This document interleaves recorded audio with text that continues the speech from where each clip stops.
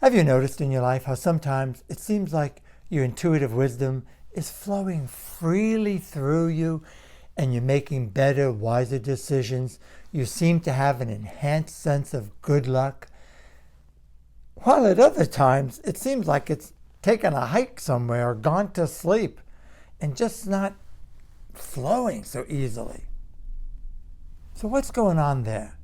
What's the difference that makes the difference?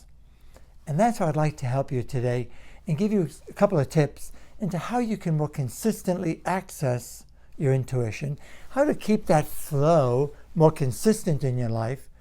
And maybe for you, it might be connecting better in a relationship, be it a loved one, a significant other, one of your children, or perhaps you're a coach or a doctor or a therapist, and you want to connect more deeply with those you care about or the people you serve. Or perhaps you're an investor or building a business or making sales, and time is precious and you want to more and more make decisions that kind of guide you to be in the right place and use your time more wisely. And the list goes on, doesn't it? Well, in my nearly 49 years of working with the Silva Method, I've traveled all over the world. This is something we talk about in the Immersion of Life and Intuition system. It's our main forte, and that is developing, awakening, developing, accessing intuition on command, so to speak.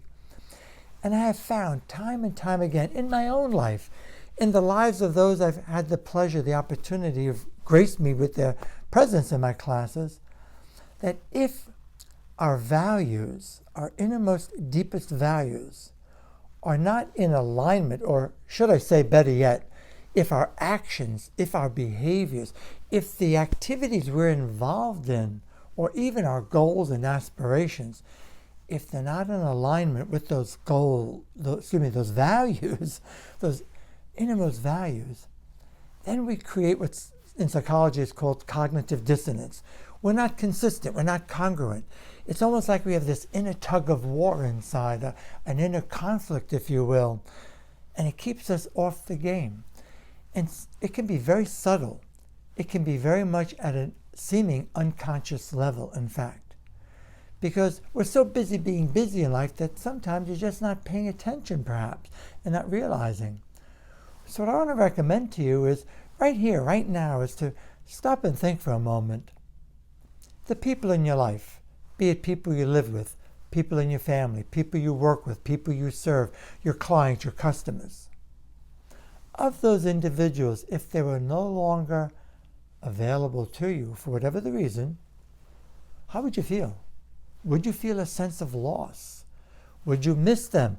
Would it be something that you really feel like you're missing out? And whoever you get a yes to, that you do feel a sense of loss, usually that's indicative of someone we value, someone that's important to us in our life. The same holds true for activities, things you do on a day-to-day basis, the environment you find yourself in, where you work, where you play, where you socialize, the people you spend most of the time with. Again, of those situations, if they were no longer available to you for whatever the reason, how would that make you feel? And what are the situations that if they were missing, you'd feel a sense of loss, like something was just not present in your life that you miss it, or something like that. This is key because it's indicative of your values. As you look around this world that sometimes seems like it's gone crazy with all the, it's just stuff. We don't want to go there, do we? As you look around the world, what are some of the things going on that if you had the resources, if you had the wherewithal, and you could do something about it, or if you could take a stand and let your voice be heard and express an opinion, you would. In other words, what's important to you? What do you value? What do you recognize as contributing to us and our evolution and our growth and our happiness and our fulfillment? So what I'm saying, my friends, is it's important that each of us is really clear about who's important to us, what's important to us, where we stand, what we're committed to, what our values are, and that our actions and behaviors are consistent. Because if not, we run the risk of getting into a state of dread. And if we dread what we do, if we dread going to work, if we dread being with who we're going to be with, that will put us into a stress state. And the stress hormones will increase in our body. And when the stress hormones increase in our body, we run the risk, if it's too much, we get into a state of stress. So if it's chronic and we're not managing it, we're not releasing it, we go into a state of stress. And in that state of stress, if it's constant, we run the risk of going to what? Survival. Primitive brain takes over. And that is the single most greatest reason why people get stuck in unwanted behavior. Why you, I, or anybody gets stuck in repetitive patterns that no longer serve the highest good. It's a single, probably biggest reason why people don't scale up their business, don't grow, don't evolve, don't make the consistent changes in their life that they'd like to. And they, again, seem like they're stuck.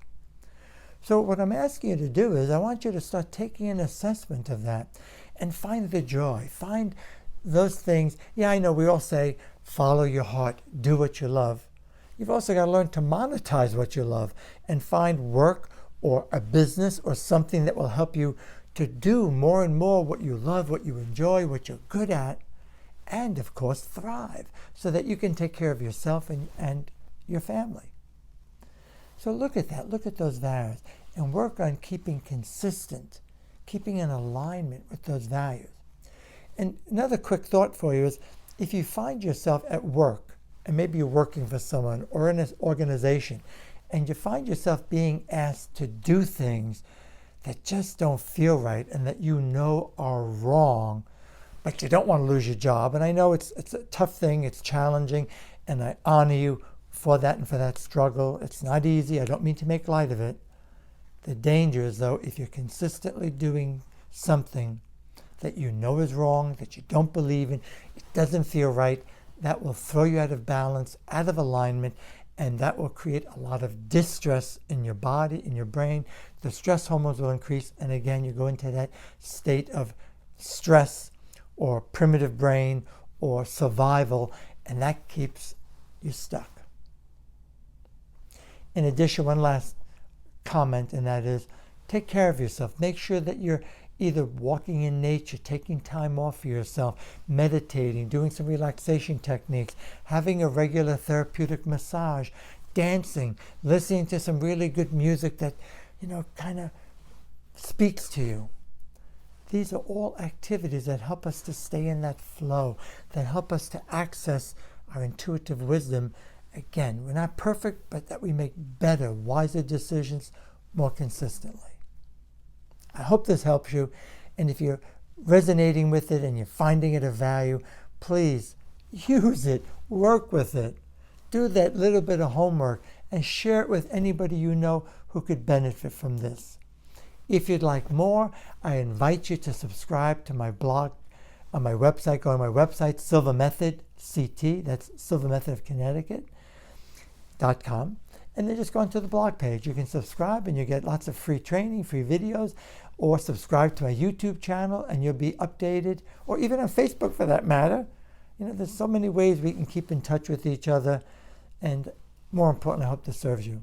So remember, my friends, you really are, truly, you are far better than what you give yourself credit for. You are enough. Maybe what's missing is skills, training, and practice. Thanks so much for watching. Until the next time, my name is Ken Coscia. I'm the lead instructor for the Silva Method. I travel the globe and now going into my 49th year. Thank you.